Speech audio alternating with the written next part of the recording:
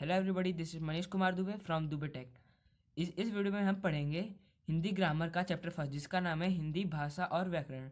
भाषा क्या होता है? भाषा वह साधन है जिसके द्वारा मनुष्य अपने भाव और विचारों को प्रकट करता है, जिसे हम अपने थॉट सबके सामने लाते हैं। उसे हम क्या कहते हैं? भाषा।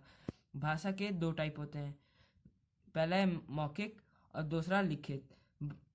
मौखिक मतलब कुछ भी चीज़ बोल के बताते हैं उसे मौखिक कहते हैं, और कुछ भी चीज़ जैसे हम लिख के देते हैं उसे हम कहेंगे लिखित भाषा। हिंदी को लाया गया था राजभाषा में कब?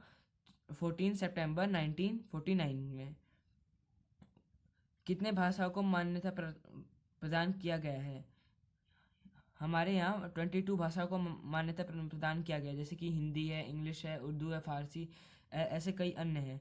और अब पढ़ेंगे लिपि क्या होता है। लिपि भाषा को लिखने का ढंग कहलाता है। जैसे भाषा को हम किस तरह से लिखते हैं उसे हम क्या कहते हैं? लिपि।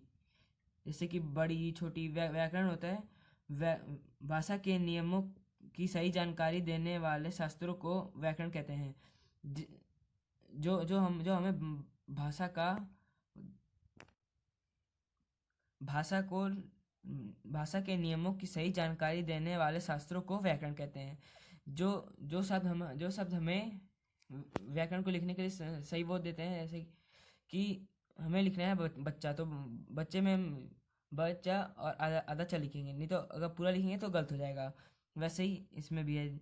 व्याकरण के अंग। व्याकरण कितने टाइप के होते हैं? व्याकरण 4 टाइप के होते हैं।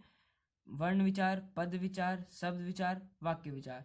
वर्ण विचार दो टाइप के होते हैं, वर्ण और वर्णमाला। वर्ण होते हैं भाषा की सबसे छोटी इकाई को जिसके और टुकड़े नहीं हो सकते, उसे कहते हैं वर्ण। जैसे कि पेड़। और वर्णमाला वर्णों के क्रमिक सूची को वर्णमाला कहते हैं।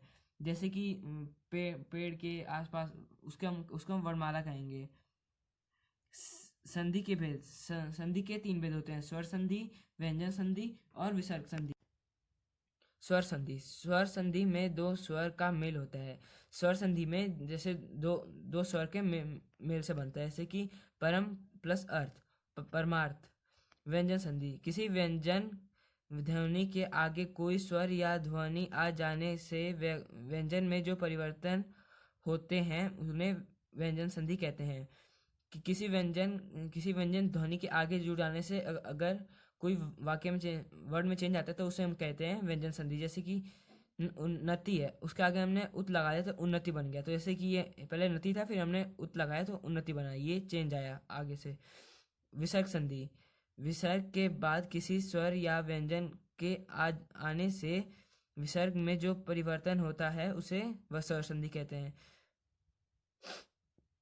जैसे विसर्ग के बाद कुछ भी आ गया, जैसे कि ये इसे विसर्ग कहते हैं। जैसे कि आपको पता होगा, उसके बाद अगर कुछ भी वर्ड आता है तो उसके आ जाने से वाक्य में चेंज होता है, तो उसे हम क्या क्या कहते हैं?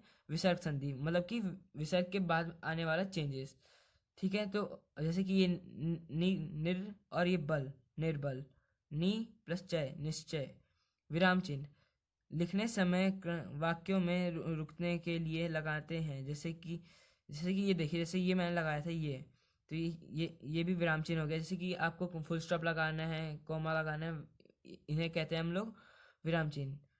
इसके टाइप होते हैं: पूर्ण विराम मतलब कि फुल स्टॉप, प्रश्न सूची मतलब कि क्वेश्चन मार्क, विस्मय सूचक मतलब कि एक्सक्लेमेशन मार्क, और आदर्श मतलब सेमी कॉलन, अल्प विराम मतलब कि कॉमा, अपूर्ण विराम मतलब कि कॉलन, निर्देशक चिन्ह मतलब कि डैश, योजक मतलब कि कोष्ठ मतलब हाइपन।